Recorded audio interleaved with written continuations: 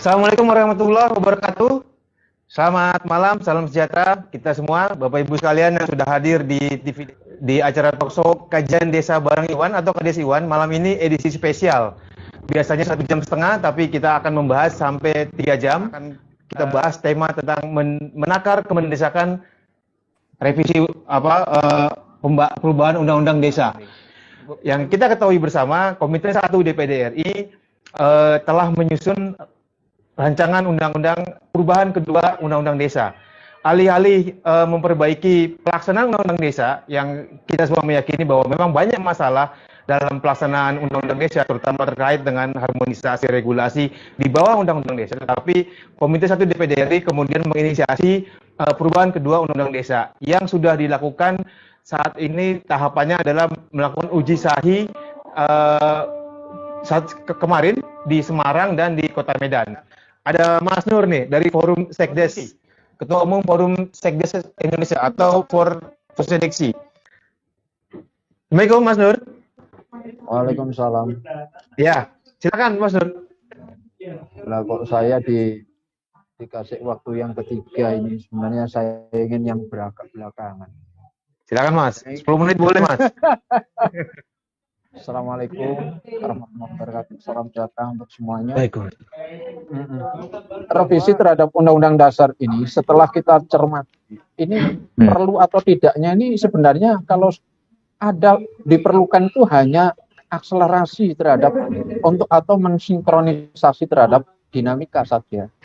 Jadi jangan sampai hal-hal yang substansial.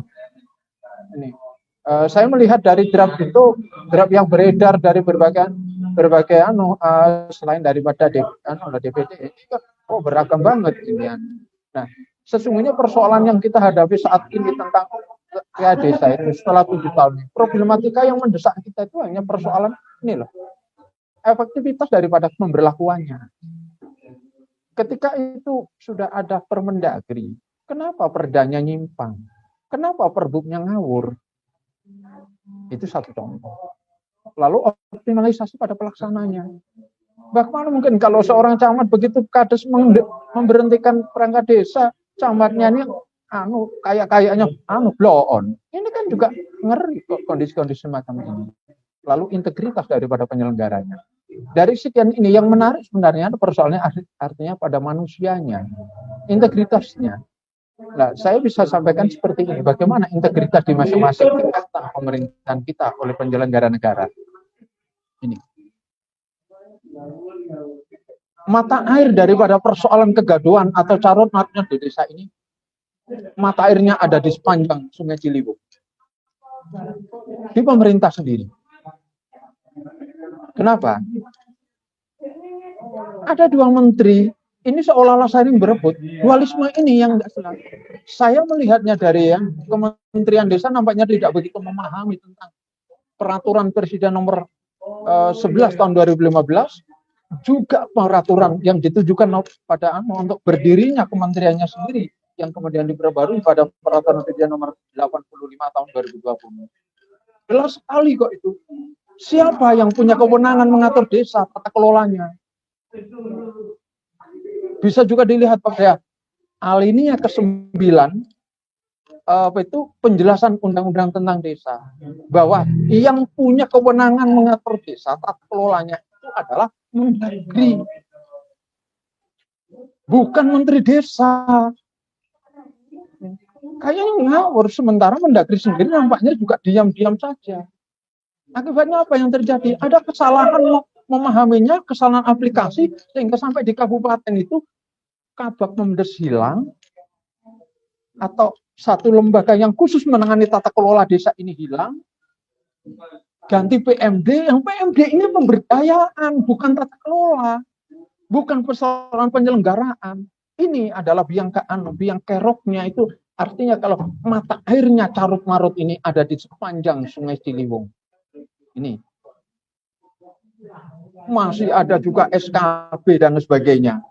Kalau persoalan keuangan desa dan pembangunan desa itu bisa sudah diatasi oleh Mendagri dalam Permendagri nomor 114 tahun 2014 dan Permendagri nomor 20 tahun 2018. Seandainya itu dilaksanakan dengan baik, jangankan ini inspektorat, camat saja tidak terpakai kalau ada masalah. Akan selesai di desa dengan apa? Mengedepankan kekeluargaan dan musyawarah. Ini. Yang kedua, kalau turun ke bawah, pemerintah provinsi sampai hari ini tidak banyak mengambil peran dalam rangka apa? Terutama pada evaluasi terhadap peraturan-peraturan di tingkat kabupaten kota. Banyaknya peraturan yang ternyata ini bertentangan dengan peraturan di tingkat atas. Kenapa pemerintah provinsi meloloskan? Ini. Kerja apa provinsi? Ini karena jadi sebenarnya harus kita runtut di situ. Lalu bagaimana tentang yang ada di kabupaten? Di kabupaten saat ini, akibat daripada otonomi, akibat daripada dampak daripada pilkada dan sebagainya, orang-orang yang duduk di kantor-kantor itu, orang yang duduk di kecamatan itu, bukan karena kompetensinya, bukan karena kapasitasnya, tetapi karena budi. Sehingga banyak sekali kursi-kursi di kantor pemerintahan saat ini itu, yang duduk adalah, yang menjabat adalah si Budi. Bukan si Anton, si Budi. Ini banyak peraturan daerah yang nyimpang, dibiarkan ternyata tetap saja jalan. Jika pemerintah kabupaten yang memang kayak sengaja membuat peraturan tetapi tidak dilaksanakan. Sikap pemerintah kabupaten yang sengaja membuat peraturan yang terang-terangan bertentangan. Lalu kemudian sebagai pelaksana pembina, pengawasan, setengah hati. Bagaimana apa jawaban kita atau hati kita ketika ada seorang masyarakat itu bertanya lewat Facebook, lewat media sosial, Pak, lapornya kemana? Bukan karena mereka tidak tahu. Ini baru-baru ini aja ada anggota BPD melaporkan kepala desa. Ini kan berarti nggak jalan, nggak paham. Kenapa anggota BPD sampai melaporkan? Apa BPD nggak ada? Kan nggak ada hak untuk melakukan evaluasi. Ada. Ini. Lalu yang berikutnya sampai ke bawah kecamatan. Pelaksanaan pada pelaksanaan pembina di tingkat kecamatan ini banyak yang tidak menguasai tentang tata kelola, tentang tata niaga dan tata sosial desa. Sinyalemen mempertegas bahasanya ketika ada persoalan, para pembina ini cenderung melindungi pemerintah desa dari tuntutan masyarakat. Cenderung melindungi. Bayangkan kalau ada masyarakat yang bertanya, ini ada yang mau hendak protes, tiba-tiba sampai nyewa Babin Kamtibmas, nyewa Babinsa, dan sebagainya. Ini di era apa? Itu era Orde Lama, era Orde Baru. Ini reformasi. Ini. Kemudian adanya indikasi untuk memperjelas upaya melemahkan BPD. Ini sangat kentara.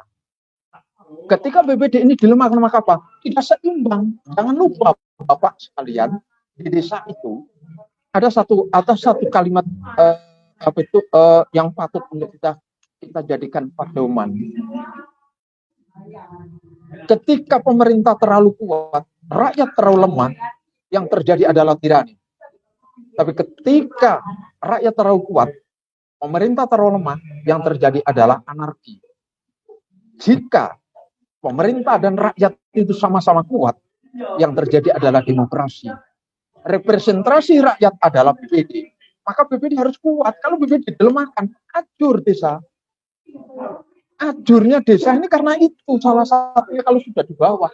Bayangkan BPD tidak ngerti apa-apa. Hanya dilantik, dikasih SK, kemudian apa? Tidak ada pembinaan sama sekali. Tidak ada. Ini. Lalu yang ada di desa. Pada intinya di desa ini, kalau saya mencermatinya adalah kualitas, terutama pada tata kelola, tata regulasi. Bapak, saudara, ibu sekalian, di desa itu kalau kita pilah-pilahkan, ada tentang tata regulasi, tata pemerintahan, tata administrasi, tata pembangunan, dan tata keuangan.